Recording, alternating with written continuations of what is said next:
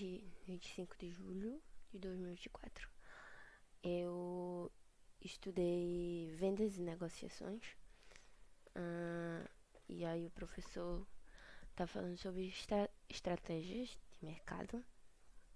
É, e a primeira análise que a gente consegue ver é a análise SWOT, e que é uma ferramenta, né, de apoio ao planejamento estratégico usada na etapa de diagnóstico. É, essa etapa de diagnóstico é onde a gente pode ter coletas de dados e informações, tanto sobre o ambiente interno, que aí seria, por exemplo, o RH, a equipe de funcionários, quanto do ambiente externo, concorrente, cliente, coisas que a gente não pode controlar. E aí, essa ferramenta SWOT, ela vem do inglês, né, que são 4 palavras. O S de strength, que é forças, W de weakness, O de opportunities e T de threats. Então, strength, forças, W, weakness, fraquezas, O, opportunities, oportunidades e T de threats, ameaças. Que também em português o pessoal pode chamar de fofa. E aí a gente tem, analisando no ambiente interno, a gente tem forças, strengths, o S, e a gente tem os weaknesses, as fraquezas.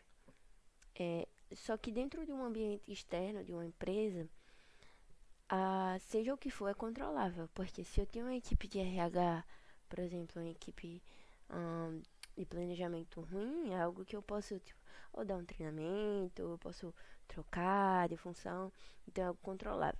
Quando a gente fala do ambiente externo, que aí é onde surgem as últimas duas letras, opportunities e de oportunidades e threats de ameaça, é um ambiente que não é controlável.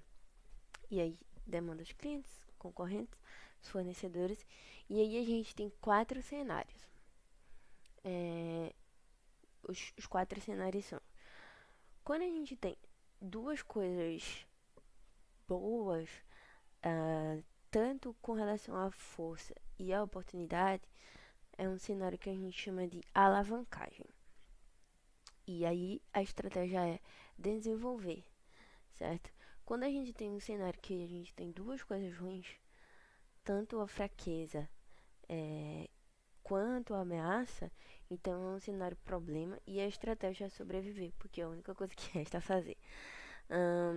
Se nós temos uma força boa, que é o ambiente externo, então nós temos pessoas que trabalham bem e a gente tem problema no externo, nós temos ameaças, então o que a gente pode fazer é manutenção. Então a estratégia é manter.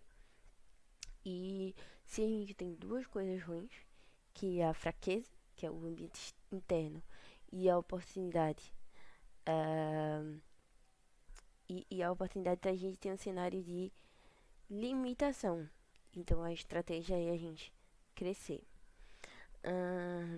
Outra ferramenta também de análise é a matriz BCG, que essa ferramenta foi desenvolvida por um grupo Boston Consult. Ela é utilizada para análise de portfólio e aí ela identifica quais permanecem ou não, quais portfólios precisam de mais investimento ou quais portfólios precisam de menos investimento.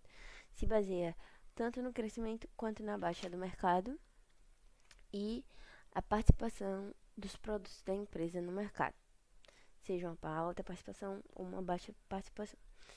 E aí, como é que ela se determina? Ela é observável a partir do ciclo de vida dos produtos. Então, imagine que a gente tenha uma curva e aí, antes da subida dessa curva, a gente chama de introdução. A gente tem um alto investimento. Seria como se a gente fosse abrir o nosso negócio. Então a gente tem um investimento muito alto, né? Que é a introdução. Depois a gente passa por um ciclo de crescimento. Então a gente ainda tem um alto investimento, mas a gente já começa a ter um lucro. Agora é um lucro baixo. Quando chega nessa fase, é a fase de maturidade. Porque a gente investe pouco e já tem um alto lucro. Todo mundo já conhece os nossos produtos e tudo mais. Já depois que passa, a gente tem um declínio. Então, só consome recurso e a gente tem baixo lucro. Então, como é que se chama? Eu até que cheguei a ver questões. Então, a matriz do BCG, eles dividem em quatro, né? Que é, que nem eu já tinha dito, introdução, crescimento, maturidade e declínio. A introdução, eu tenho baixa participação e alto crescimento. E aí é representado por um sinal de dúvida. No, a estrelinha, que é uma outra forma de se ver também, eu tenho uma alta participação e tenho um alto crescimento. E aí é onde eu tenho altos investimentos, mas o meu lucro é baixo. Logo após isso, eu tenho maturidade. Na maturidade eu tenho baixo crescimento e eu tenho alta participação. Baixo investimento com lucro alto. E por último a gente tem o abacaxi, também chamado de vira-lata, que é a fase do declínio, onde só consome recurso e eu tenho um baixo lucro, mas aí baixo crescimento e baixa participação. Por último, a gente tem a matriz de Ansoff. Ela analisa produtos existentes e produtos novos. Mas isso vai ficar para um próximo vídeo, porque eu acho que por hoje já foi muito. Valeu, tchau, tchau.